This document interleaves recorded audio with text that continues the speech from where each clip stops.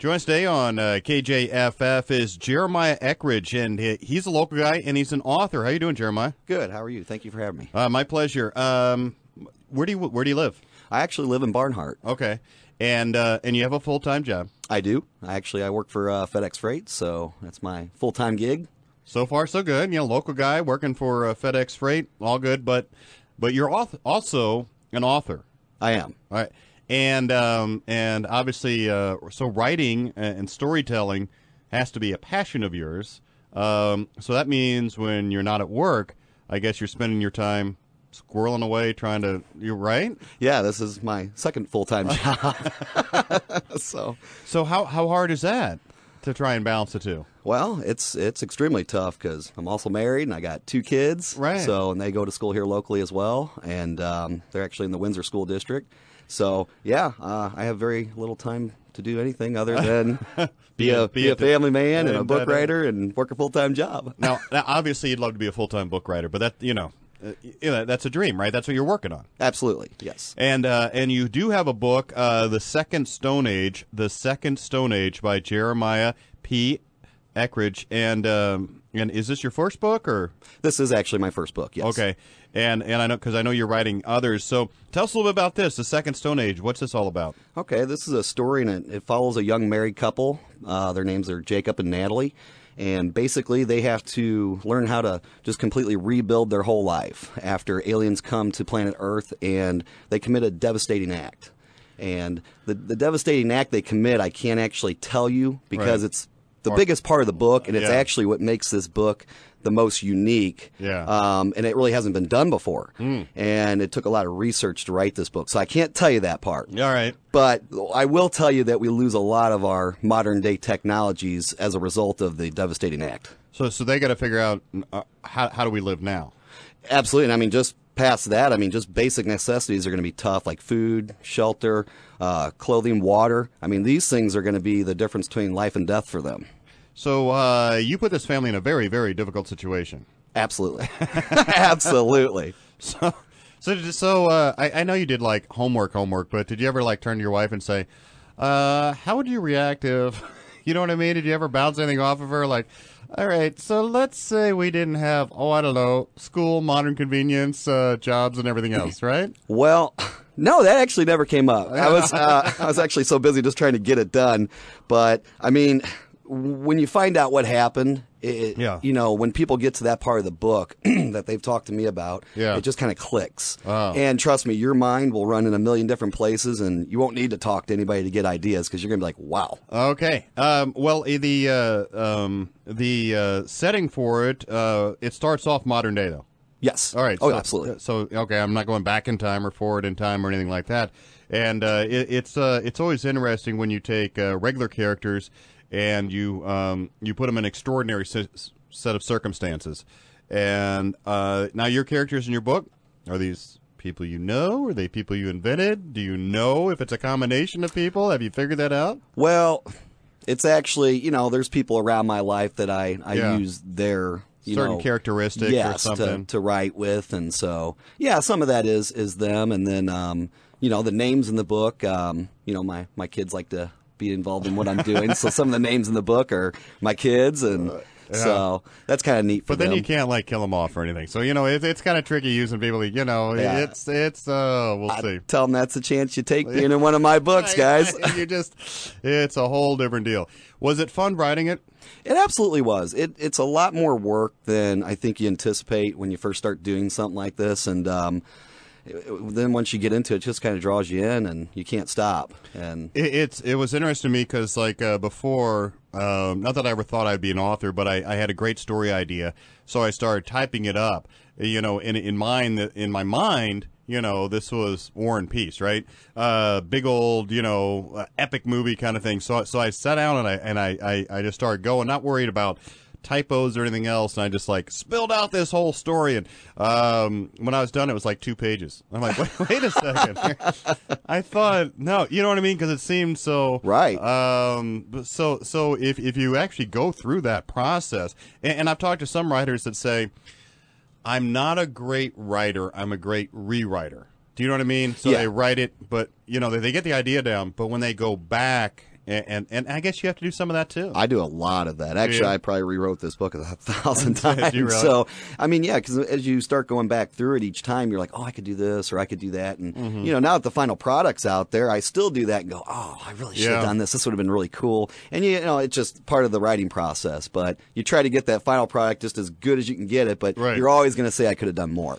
Right. And it's true. And so I remember Phil Collins, somebody asked him about, hey, do you ever listen to the old Genesis? Because, loved Phil Collins, with that, when you were with that band. He goes, I don't really listen to music because I listen to it and I say, oh, we could have made this better.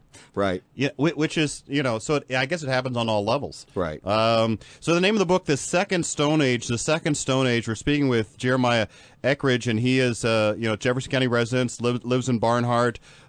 Kids go to the Windsor School District, regular family guy, has a full-time job, trying to get this thing going. And so people can pick up your book. They can do that right now, I guess, right? Absolutely, yes. Yeah. It's available. Where do people get The Second Stone Age? You can get it at barnesandnoble.com. You can get it at amazon.com. It's available in paperback. It's also, you can get it in ebook form or even hardcover.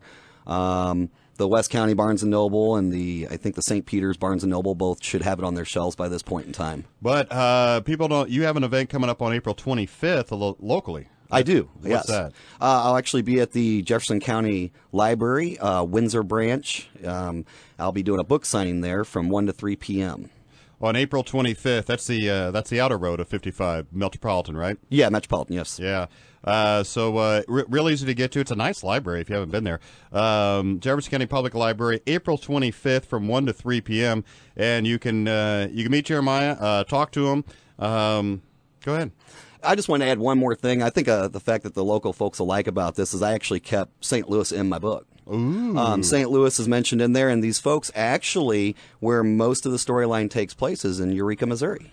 Wow. That's interesting. I love when that happens because if it ever gets, if someone starts considering it for a movie or something like that, that's just economic development dollars alone. That's huge. Absolutely. Well, that was kind of my goal is, everybody who's read this book, the first thing they came back to say and said to me was, this would make an awesome movie.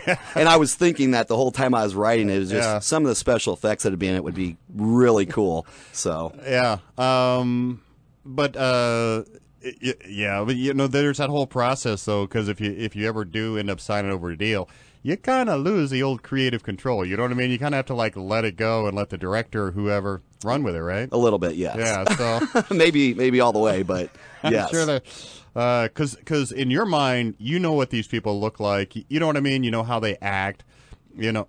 It's almost as if I need to be involved in the casting of the movie, please, because I already know what these people look like. Right. You know what I mean? But you've been living with them for a while and stuff like that. So the Second Stone Age is out now. People can get that.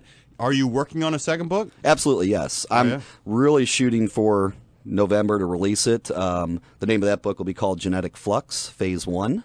Wow. So different, not the same storyline. We're going brand new stuff? Right. Actually, this book here was actually supposed to just be a one-book deal and done. Depending on the response I get, which has been very good, I might write a sequel to it. Yeah. I've thought about it. Yeah.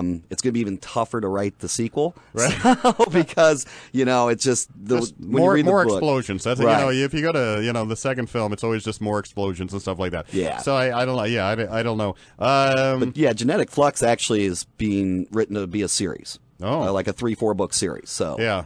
Yeah, and those are tricky too because you want someone to feel satisfied after reading the first. Right. Do you know what I mean? You don't want to leave so much stuff unanswered. That, on the other hand, you want enough stuff where it's going to continue. So, good luck with all that. I mean, right. I know. It's a daunting task. Did you always want to be a writer? Did you grow up and say, "Man, I want to be a writer," and it just didn't happen for you? Or I always enjoyed writing stories and stuff like that in school and poems and all that, but it never really clicked in my head to do it, for a living or anything like that. And it just kind of came to me. Actually, I was an over-the-road truck driver for a few years, and those late nights driving and there's nobody up, you can't talk to anybody, and the wheels started turning, and that's actually when it got started, and I just said, hey, I need to start putting this down on paper. Right. So it's interesting, and because you do not look like your typical author. You look like just a regular guy. You don't look like you're you're not wearing glasses. You're not wearing the sweaters. You don't have a pipe. I mean, you know what I mean. I left the smart glasses at home today. No, yeah, okay. There's this whole like. There's good, and when I think of author, I have two pictures: the coffee shop guy, right? You know what I mean, spending all the time there, and then you also have the Ivy League library wearing the sweaters with the elbow pad kind of guy. Absolutely, yeah, you know what I mean. And you just seem like a regular guy, so this is awesome. I hope you do well with this. You'll have to stay in touch. Again, the name of the book, The Second Stone Age, Jeremiah Eckridge, and again, you can pick it up at all those locations. Can they buy it when they go to the book signing at the library? I will have a select amount of copies with me that day.